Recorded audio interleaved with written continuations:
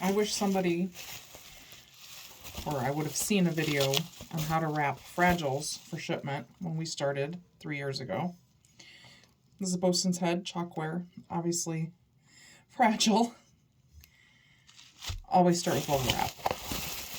Lots of bubble wrap. Do not skimp, and I mean it. In, I don't know, 300 Fragile shipments that we've mailed, we've lost one. And that one, the receiver told me looked like a truck ran over it. I was very proud of that because I knew it was not our packing.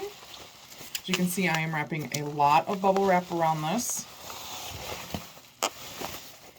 I was my 8th grade champion for throwing the egg off the roof and it's surviving. Mine survived four throws off the roof, I believe. Same egg. Been training for this my whole life. Bubble wrap. Bubble wrap is our friend. Lots of it. Ask your friends for their packaging from their packages because it gets expensive. Bubble wrap. Lots of it. Foam. Anything you can get. My goal is when it is wrapped, you should not feel any sharp edges. Obviously, you're going to fill the item in there, but you don't want to really feel the edges of it. That means it is not padded enough. I'm pretty happy with this. Next, first thing I always do is wrap, bubble wrap. Next, I'm going to find a box. Okay, I have a box. Now, I know this looks like it is huge for this little Bosun's Head, but if you look, there's only going to be a couple inches around for it, and that is what you want. You want space. You want space around your item because you're going to pad around that item. So it is like a little egg floating inside of there. Okay, it's going to be very safe, padded. Yes, it might cost a slight more in shipping, but it is worth it because your items are going to get to where they're going in one piece. Now, when picking your boxes, we get free boxes everywhere. Everywhere we go. Biggest source, Target.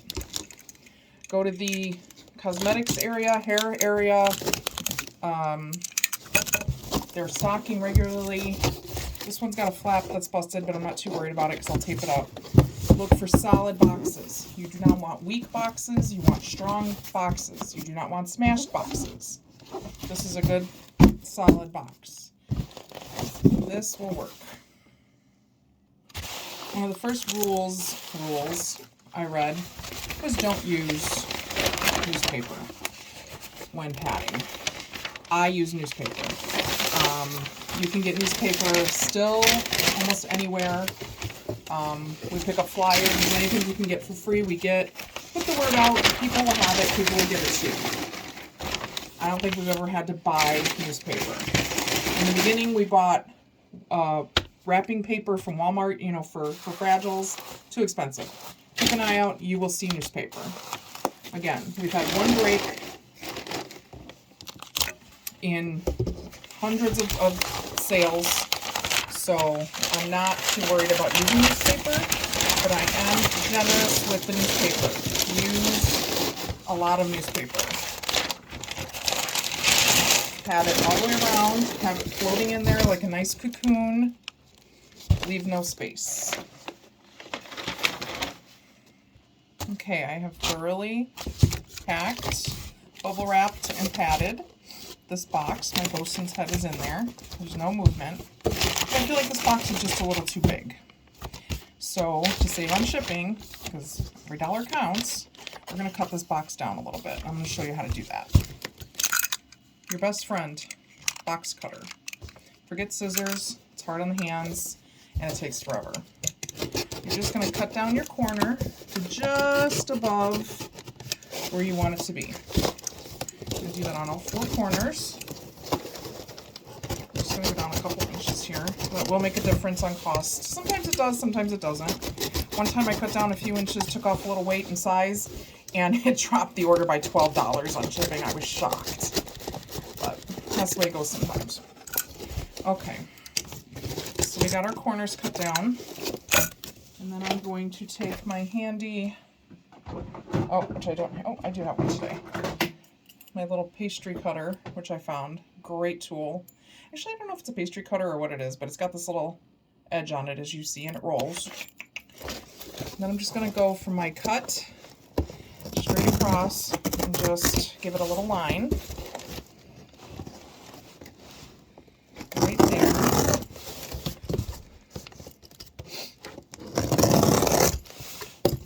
And a little off there, but that's not too bad. And then I'm going to take off the top here, a little bit of the top.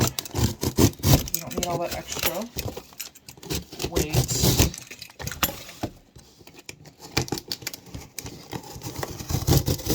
And box cutter, be careful, do not cut yourself.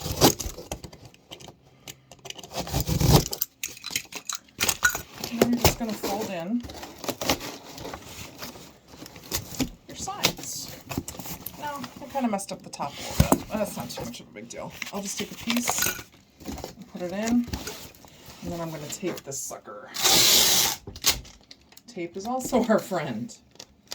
When you think you've had enough, throw another piece on there. You definitely want your tape to hold. We buy ours in bulk from Costco. Might be able to find deals online, but we found that Costco really is the best. Now, a tip on your boxes.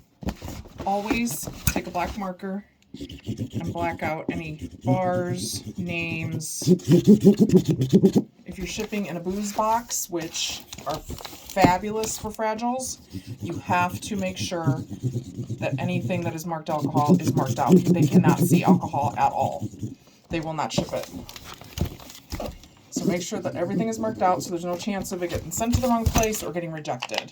I'm going to throw some more tape on this because we love our tape. I know it seems excessive, but it is worth it. Always check the bottom, even if it's already taped. Throw some more tape on there. And we are ready to weigh it. Now, another lesson we learned. When weighing and measuring your items, you have got to go over your weight and go over your length, width, and height. That's what the post office does. So if you're under or slightly off, they will upcharge your customer, and you don't want that. We had that problem in the beginning when we were learning. So I'm going to show you. This says 2.8.1 pounds and ounces. 2 pounds, 8.1 ounces. That is now 2.9. We have to round that up to 2.9. Okay. So our package is a 2.9. And now we're going to measure it. I'm just over almost 2.9, so that'll be 9. I'm almost to 10, so that will be 10, not 9. And then the length is just over 12, so that means it has to be 13. So always oversize and overweight. Round up. Always round up, because that's what the post office does, and it will bite you in the butt if you don't. Now, shipping. We use Pirate Ship. It is the best, it is free, and it will save you a ton of money. They're fabulous. I've had no problems with them. Customer service is great.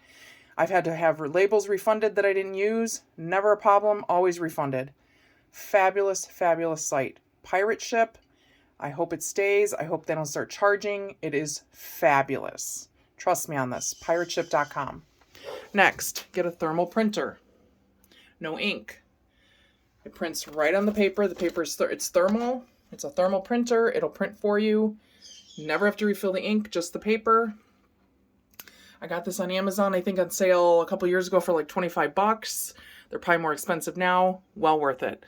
Do not go to the post office and pay their shipping. Do not use the post office website. Pirate Ship. You just put the tracking in your website, right in your eBay, your Mercari, whatever it is you're selling through. Cannot speak highly enough of Pirate Ship. The thing about Pirate Ship is it gives you options. Sorry about that. So the best thing about Pirate Ship is gives you options, shows you what's cheapest, what's best, different prices. Let's look at the price here. UPS ground, if I went to UPS, would be 28 bucks. $7. $7 through Pirate Ship. Parcel ground through the post office, $11. $7. Pirate Ship. These are legit. I have checked. I've gone to the websites. You save a ton of money this way. And there's our shipping label. It's that easy. Now my package is ready to go. I know it looks weird here, but it is solid, I promise. Very solid box. And here's the true test. I'm not afraid to drop my bosun's head on the ground. If you cannot do this, rewrap it. The post office is going to throw this box from truck to truck all over the place across America till it gets where it's going. Hope this helps somebody.